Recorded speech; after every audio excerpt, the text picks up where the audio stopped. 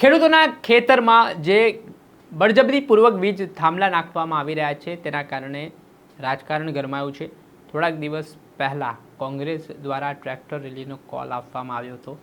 ત્યારબાદ હવે આમ આદમી પાર્ટીએ આગામી 27 તારીખે સુરેન્દ્રનગરમાં સભાની જાહેરાત કરી છે ને તે પહેલાં હવે ભાજપના ધારાસભ્યો ડેમેજ કંટ્રોલમાં લાગ્યા છે।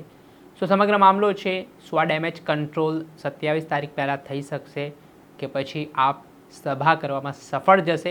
તમામ વિશે વાત કરીશું આ વિડીયોમાં।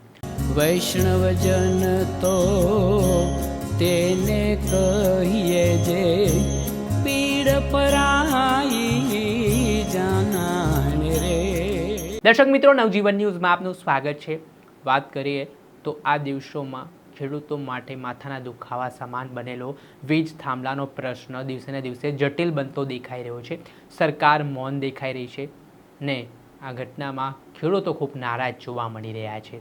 આના સંદર્ભમાં થોડા દિવસ પહેલાં કોંગ્રેસ દ્વારા જે ટ્રેક્ટર રેલી કાઢવામાં આવી હતી, મોરબીથી આ ટ્રેક્ટર રેલી ગાંધીનગર પહોંચવાની હતી, પરંતુ પોલીસે મંજૂરી ન આપતા આ ટ્રેક્ટર રેલી છે ત્યાં જ સ્ટોપ થઈ હતી। આને લઈને રાજકારણ પણ ગરમાયું હતું। આમ આદમી પાર્ટી અને કોંગ્રેસના નેતાઓ આમને સામને આવ્યા હતા, આરોપ પ્રત્યારોપ જોવા મળ્યો હતો। ત્યારે બીજી તરફ હવે આગામી 27 તારીખને લઈને સુરેન્દ્રનગરે આમ આદમી પાર્ટી દ્વારા સભાનો કોલ આપવામાં આવ્યો છે, જેને લઈને હવે બીજી તરફ ભાજપના ધારાસભ્ય છે તે ડેમેજ કંટ્રોલ કરવા માટે કામે લાગ્યા છે।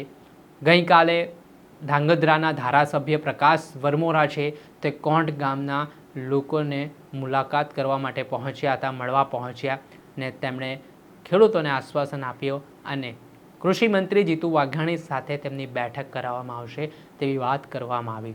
ત્યાર પછી કોંઢ ગામના લોકોએ વિશ્વાસ વ્યક્ત કર્યો અને આજે ગાંધીનગર ખાતે એક ડેલિગેશન છે ખેડૂતોને તે મળવા પણ ગયું, પરંતુ કૃષિ મંત્રી ત્યાં ગાંધીનગર જોવા ન મળ્યા। આના કારણે ખેડૂતોને ફરી નિરાશા સાથે પરત પોતાના ગામ આવવું પડ્યું ને હાલ ભાજપના ધારાસભ્ય દ્વારા ડેમેજ કંટ્રોલ કરવા માટેના પ્રયાસો છે તે શરૂ કરવામાં આવ્યા છે। ખેડૂતોને મનાવવાની શરૂઆત કરવામાં આવી છે। ત્યારે બીજી તરફ જગતના તાતની એક જ માંગ છે કે તમે જે વીજ થાંભલા નાખી રહ્યા છો તેના બદલામાં યોગ્ય વળતર છે તે ચૂકવવામાં આવે, કેમ કે ખાનગી કંપનીઓ છે તેમનો ઉદ્દેશ્ય છે નફો રળવાનો, તો ખેડૂતોના ખેતરોમાં જે જોખમ ઊભું થશે તો તેનો જવાબદાર કોણ? તો તેને યોગ્ય રકમ તો ફાળવવી પડશે ને આના જ કારણે હાલ ખેડૂતો આ બાબતથી જ નારાજ છે। ત્યારે બીજી તરફ આમ આદમી પાર્ટીએ હવે 27 તારીખે સુરેન્દ્રનગર ખાતે ખેડૂતોના સમર્થનમાં એક સભા ગોઠવી છે ને ભારતીય જનતા પાર્ટી માટે એક ચિંતાનો વિષય પણ બન્યો છે। હવે જોવાનું રહ્યું કે 27 તારીખ પહેલાં આ બાબતોનું નિરાકરણ આવે છે કે કેમ કે મોરબીના જેતપર ગામના ખેડૂતો ઉપવાસ આંદોલન પર ઉતર્યા છે। તેમના ધરણા હજી પણ સરકાર સામે યથાવત જોવા મળી રહ્યા છે।